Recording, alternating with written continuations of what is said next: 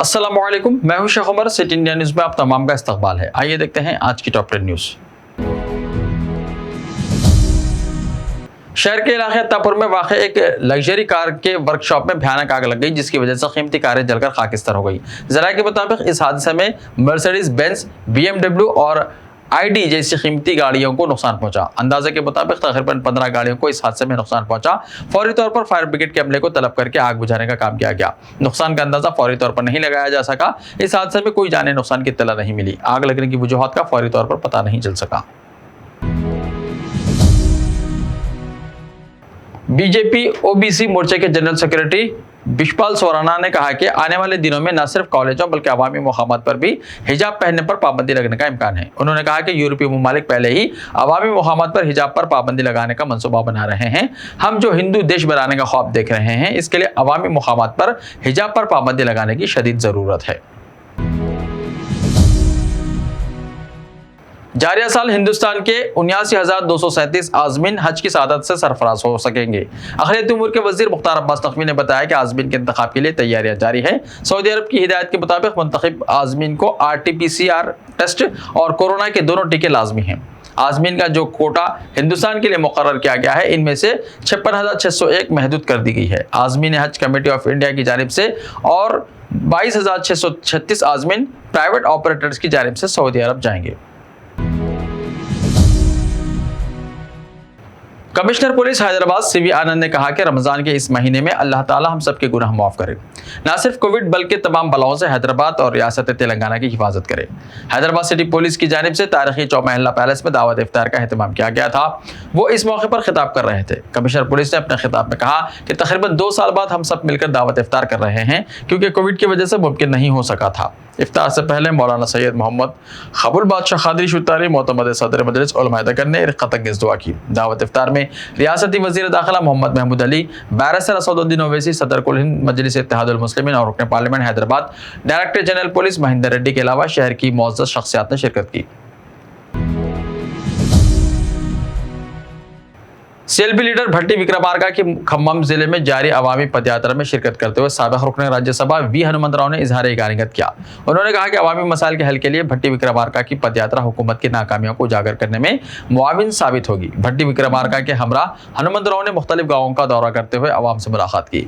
हनुमंतराव ने कहा कि अवाम हुकूमत की कारकर्दगी से नाला है और आइंदा इंतखाबात में कांग्रेस की कामयाबी यकीनी है। उन्होंने कहा कि रियासत की सतह पर कांग्रेस अवाम से मुलाकात का प्रोग्राम मुनज़्ज़म करेगी। इसी दौरान हनुमंतराव ने महबूबाबाद जिले में TRS कारपोरेटर रवि नायक के कत्ल की मजम्मत की। उन्होंने महबूबाबाद जिले पहुंचकर रवि नायक को खिराज पेश किया और पसमानदगान से इजहार ताज़ियत किया। रशिया और यूक्रेन की जंग 48 घंटों में रुक सकती है। यूक्रेन रूस जंग को 60 रोज से ज्यादा का अरसा गुजर चुका है, लेकिन दोनों ममालिक के दरमियान अमन मुज़ाकरात कामयाब नहीं हो सके। इधर तुर्की ने बड़ा दावा किया है कि रूसी सदर व्लादिमीर पुतिन और यूक्रेन के सदर ज़ेलेंस्की 48 घंटों के अंदर इस्तांबुल में मुलाकात कर सकते हैं। तुर्क सदर तय्यब एर्दोगान ने कहा कि हमें उम्मीद है कि रूस और यूक्रेन के दरमियान जंग अगले 48 घंटों में रुक जाएगी। उन्होंने कहा कि दोनों ममालिक के सरबराहान मुमलिकत मिलकर मसला जल्द हल करेंगे। हम दोनों ममालिक के रहनुमाओं से राब्ते में हैं।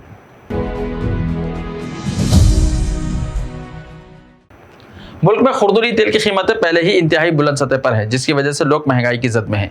सरसों के तेल की कीमतों में नुमाया इजाफा हुआ है। रूस यूक्रेन जंग की वजह से सप्लाई में ताअत्तुल के बाइस सूरजमुखी का तेल महंगा हो गया और अब इंडोनेशिया से एक खबर आ रही है, जिसके बाद आने वाले दिनों में खुरदुरी तेल की कीमतों में इजाफा हो सकता है। यूनिवर्सिटी ग्रांट कमीशन और हिंदुस्तान यानी UGC में तकनीकी तालीम को फ़रोग़ ने AICTE देने वाले पाकिस्तान के तालीमी इदारों को लेकर वार्निंग जारी की है। हिंदुस्तानी स्टूडेंट्स के लिए जारी किए गए इस मुश्तरका मुशावरत में कहा गया है कि हिंदुस्तानी स्टूडेंट्स पाकिस्तान के किसी भी कॉलेज या तालीमी इदारे में दाखिला ना लें। UGC के मुताबिक पाकिस्तान से पढ़कर आने वाले स्टूडेंट्स हिंदुस्तान में नौकरी और आला तालीम हासिल करने के अहल नहीं होंगे। हरमैन शरीफन इंतजामिया का कहना है कि रमज़ान अल मुबारक के आखिरी अशरे में इतिकाफ करने वालों के लिए खुसूसी इंतजाम किए गए हैं। मस्जिद नबवी सल्लल्लाहु अलैहि वसल्लम में इतिकाफ करने वालों के लिए दरवाजे मखसूस किए गए हैं। आजिल वेबसाइट के मुताबिक मुआविन सेक्रेटरी बराए अमन व सलामती सऊद सादी ने कहा है कि इतिकाफ करने वालों के लिए जगह मुख्तस हैं और उनकी निगरानी के लिए कई इंस्पेक्टर्स भी तैनात किए गए हैं। असादी ने मजीद बताया कि मस्जिद नबवी सल्लल्लाहु अलैहि वसल्लम में ज़ायरीन की आमद और रफ्त के लिए दरवाज़ों की तादाद बढ़ा दी गई है। अलावा इलेक्ट्रॉनिक ज़ेनों की तादाद में भी इजाफा किया गया है, जबकि इस बात का भी इत्मीनान कर लिया गया है कि इमरजेंसी गेट दुरुस्त हालत में हैं और ज़रूरत पड़ने पर इस्तेमाल किए जा सकते हैं। एहतिकाफ करने वालों को खुसूसी लॉकर्स फराहम किए गए हैं, जबकि इन्हें इफ्तारी और सहरी भी फराहम की जा रही है। मुअतकिफीन के लिए मुख्तलिफ ज़बानों में दीनी कुतुब भी फराहम की जा रही है ताकि वो अपना ज़्यादा से ज़्यादा वक्त इबादत में गुजार सकें।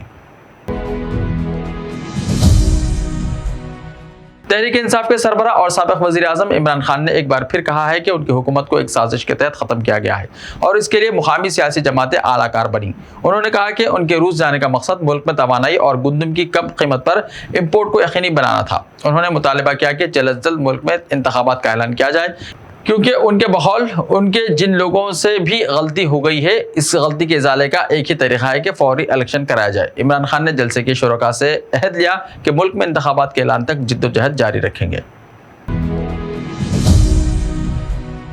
ऐसे ही ताज़ा तरीन खबरों के लिए हमारे इस यूट्यूब चैनल को सब्सक्राइब करते हुए इसके बेल आइकन को प्रेस कर लीजिए। लाइव वीडियोस देखने के लिए प्ले स्टोर से हमारे ऐप सिटी इंडिया न्यूज़ को डाउनलोड करें। लिंक्स डिस्क्रिप्शन में मौजूद हैं। तो मिलते हैं कल, तब तक के लिए अपना ख्याल रखें। अल्लाह हाफिज़।